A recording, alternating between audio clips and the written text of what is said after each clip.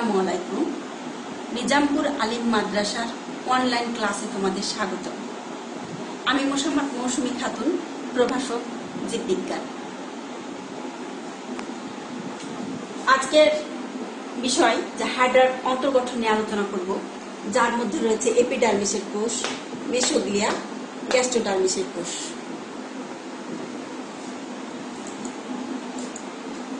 এই পাঠের শিক্ষণফল হলো যে হাইড্রার এপিডার্মিস কোষসমূহ সম্পর্কে জানতে পারবে, হাইড্রার মেসোগ্লিয়া কি তা বলতে পারবে, হাইড্রার গ্যাস্ট্রোডার্মিস কোষসমূহ সম্পর্কে জানতে পারবে।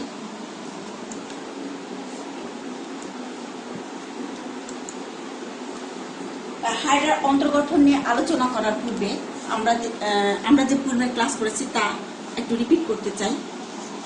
সেটা হচ্ছে যে হাইড্রার নিচের দিকে যে অংশটি দেখা যায় সেটা হচ্ছে পাদচাকতি বা পেডাল ডিস্ক।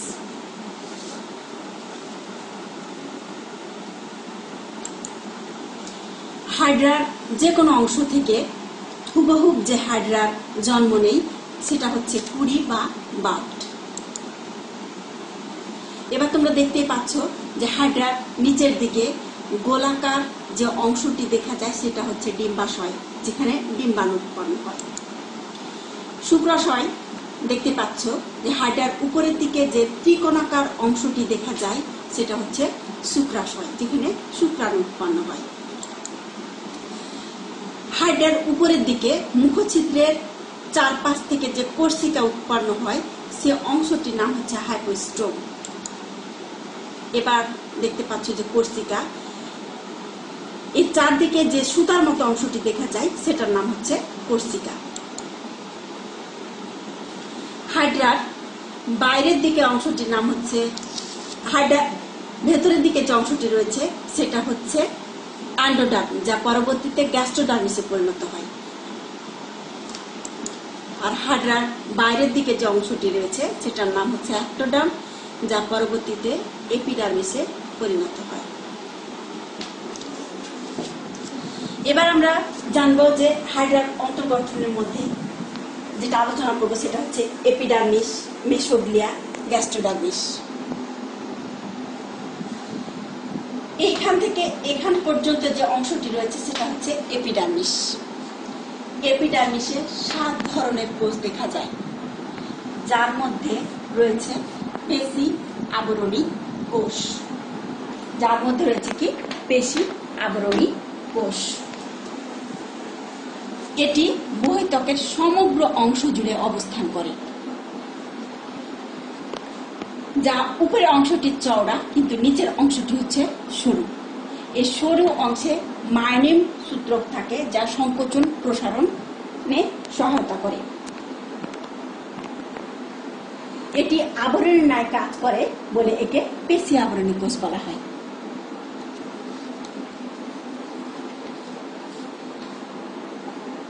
ইন্টারস্টিসিয়াল কোষ, দুটি কোষের মধ্যখানে যে অংশটি দেখা যায় সেটা হচ্ছে ইন্টারস্টিসিয়াল কোষ। এর পুনরুৎপত্তি ক্ষমতা প্রচন্ড।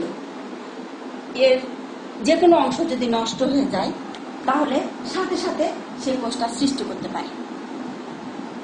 এবার আছে আমরা সংবেদী কোষ, যা দুটি কোষের মাঝখানে যে লম্বা অংশটি দেখা যায় সেটা হচ্ছে কি সংবেদী কোষ, যা পরিবেশ থেকে বিভিন্ন উদ্দীপনা, আলো, তাপ সংগ্রহ করে স্নায়ু কোষে সরবরাহ করে। সংবেদী কোষ। নিউরোসাইট, এবার আছে আমরা নিউরোসাইট।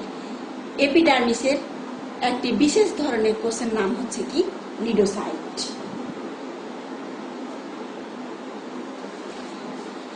এবার আছে আমরা জনন কোষ। জনন কোষে রয়েছে শুক্রাণু এবং ডিম্বাণু। শুক্রাণু এবং কি ডিম্বাণু নিয়ে তৈরি হয় জনন কোষ। গ্রন্থি কোষ। গ্রন্থি কোষ এর কাজই হচ্ছে ক্ষরণ করা। গ্রন্থি কোষের কাজ হচ্ছে কি ক্ষরণ করা। এবার আছে আমরা কি স্নায়ু কোষ। এটি মেসোগ্লিয়া ঘেঁষে অবস্থান করে। এটি হচ্ছে মেসোগ্লিয়া ঘেঁষে অবস্থান করে। অনিয়তাকার আকার বিশিষ্ট 2 বা ততোধিক সূক্ষ্ম শাখান্বিত স্নায়ুতন্ত্র নিয়ে গঠিত। সংবেদী কোষে সংগৃহীত উদ্দীপনা সংবেদী কোষে সংগৃহীত উদ্দীপনা দেহের বিভিন্ন অংশে সরবরাহ করে। এবার আসি আমরা মেসোগ্লিয়া। এপিডার্মিস এবং গ্যাস্ট্রোডার্মিসের মাঝে যে অকোষীয় জেলির ন্যায় এক প্রকার পদার্থ থাকে সেটার নাম হচ্ছে কি মেসোগ্লিয়া। গ্যাস্ট্রোডার্মিসের কোষ হচ্ছে 5 ধরনের। নাম্বার 1 সংবেদী কোষ, এরপর পেশী আবরণী কোষ বা পুষ্টিকোষ, ইন্টারস্টিসিয়াল কোষ, গ্রন্থি কোষ এবং স্নায়ু কোষ। এই কোষগুলো এপিডার্মিসের ন্যায় কাজ করে থাকে।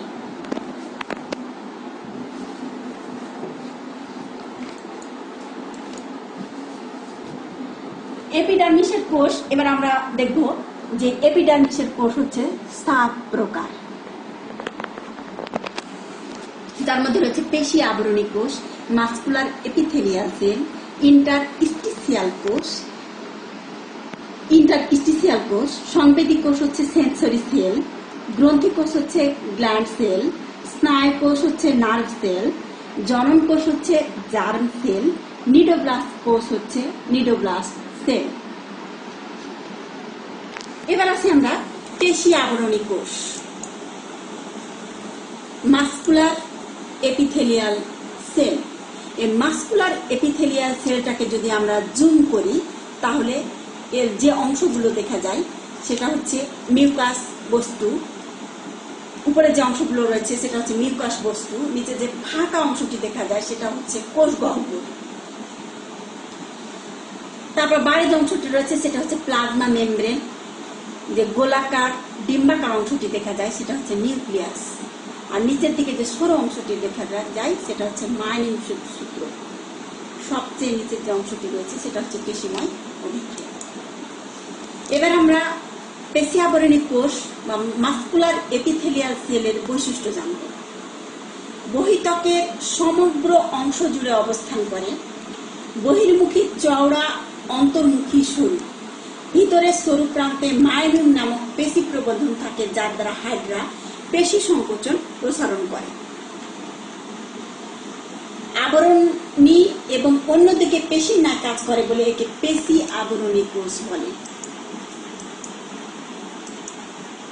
এবার আসি আমরা ইন্টারস্টিসিয়াল কোষ। এই ইন্টারস্টিসিয়াল কোষের বৈশিষ্ট্য: পেশী আবরণী কোষের অন্তর্মুখী সরু প্রান্তের ফাঁকে ফাঁকে গুচ্ছাকারে মেসোগ্লিয়া ঘেঁষে সব কোষ অবস্থান করে। গোল, 3 কোণা, 5 মাইক্রোমিটার ব্যাসযুক্ত এবং সুস্পষ্ট নিউক্লিয়াস যুক্ত। এর পুনরুৎপত্তি ও মুকুল সৃষ্টিতে অংশ নেয়। এবার আসি আমরা সংবেদী কোষ বা সেন্সরি সেল। এর বৈশিষ্ট্য যে পেশী আবরণী কোষের ফাঁকে ফাঁকে সংবেদী কোষ অবস্থান করে, পরিবেশ থেকে বিভিন্ন উদ্দীপনা যেমন আলো, তাপ ইত্যাদি সংগ্রহ করে স্নায়ু কোষে সরবরাহ করে। এবার আসি আমরা গ্রন্থি কোষ বা গ্ল্যান্ড সেল। এর বৈশিষ্ট্য: ক্ষরণ করাই এর মূল কাজ। মিউকাস ক্ষরণ করে দেহকে কোনো বস্তুর সাথে লেগে থাকতে সাহায্য করে, বুদবুদ সৃষ্টি করে হাইড্রাকে ভাসতে সাহায্য করে, আর ক্ষণপথ সৃষ্টি করে চলনে সহায়তা করে। স্নায়ু কোষ বা নার্ভ সেল। এর বৈশিষ্ট্য আসি: মেসোগ্লিয়া ঘেঁষে অবস্থিত অনিয়ত আকার বিশিষ্ট 2 বা ততোধিক সূক্ষ্ম শাখান্বিত স্নায়ুতন্ত্র নিয়ে গঠিত, আর সংবেদী কোষে সংগৃহীত উদ্দীপনা দেহের বিভিন্ন অংশে সরবরাহ করে।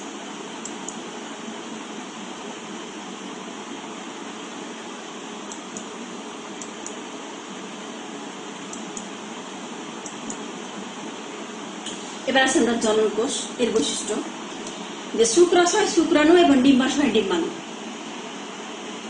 শুক্রাণু নিউক্লিয়াস যুক্ত একটি স্থিত মস্তক, সেন্ট্রিওল যুক্ত একটি সংকীর্ণ মধ্যখণ্ড, লম্বা লেজ থাকে। আর ডিম্বাণু হচ্ছে বড় ও গোল হয়। এর সাথে 3টি পোলার বডি যুক্ত থাকে যা যৌন জারণে অংশগ্রহণ করে।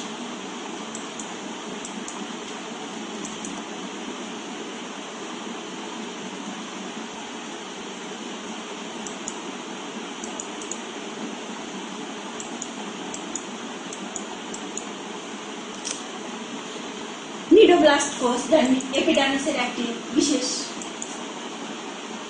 কোষ। এই নিডোব্লাস্ট কোষের বৈশিষ্ট্য পেশি আবরণী কোষগুলোর মধ্যে থাকে। কোষের মুক্ত প্রান্তে ক্ষুদ্র, দৃঢ়, সংবেদী নিডোশিল থাকে। অভ্যন্তরে গহ্বর ও প্যাঁচানোযুক্ত নেমাটোসিস্ট বহন করে। গহ্বরটি অপারকুলাম দিয়ে ঢাকা থাকে। আদর্শ নেমাটোসিস্টের গোড়ায় বড় বড় 3টি কাঁটার ন্যায় বার্ব থাকে। গহ্বরটি হিপনোটক্সিন নামক বিষাক্ত রসে পূর্ণ থাকে। খাদ্য গ্রহণ, জ্বলন ও আত্মরক্ষা ব্যাহত হয়।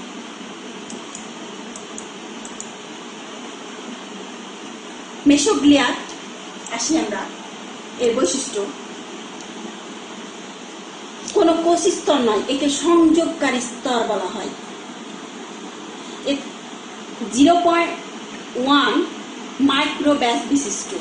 এতে স্নায়ুতন্ত্র আড়াআড়িভাবে অবস্থান করে। বহি ও অন্তঃত্বকের কোষসমূহের ভিত্তি ঝিল্লির উপরে অবস্থান করে।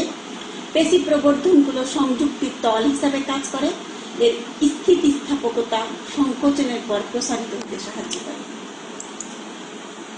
এবার আসি আমরা গ্যাস্ট্রোডার্মিসের কোষ, যা 5 ধরনের কোষ। পেশি আবরণী কোষ বা পুষ্টি কোষ, ইন্টারস্টিসিয়াল কোষ, গ্রন্থি কোষ, স্নায়ু কোষ আর সংবেদী কোষ।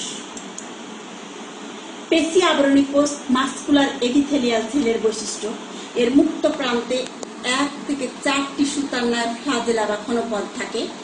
পেশি প্রবর্ধনগুলো সংকোচন প্রসারণের মাধ্যমে দেহকে সরু ও মোটা করে। আবরণী এবং অন্যদিকে পেশির ন্যায় কাজ করে বলে একে পেশি আবরণী কোষ বলে।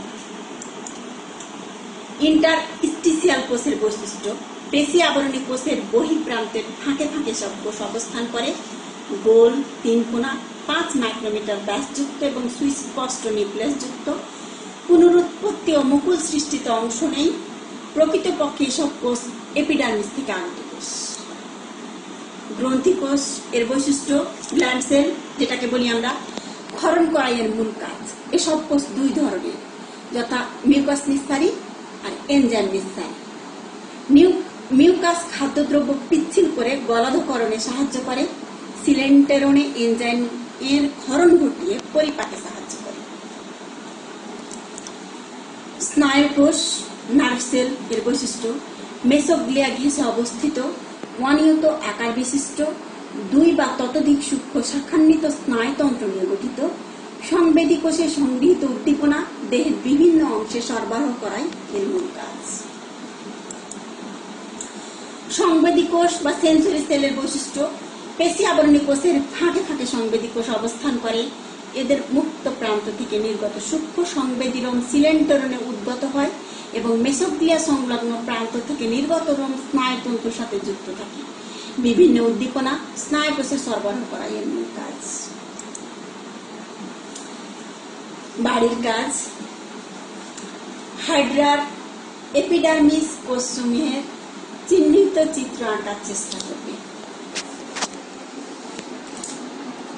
আজকের ক্লাস এখান থেকে সমাপ্ত। আগামী ক্লাসে নতুন কিছু নিয়ে আমি হাজির হব। আসসালামু আলাইকুম।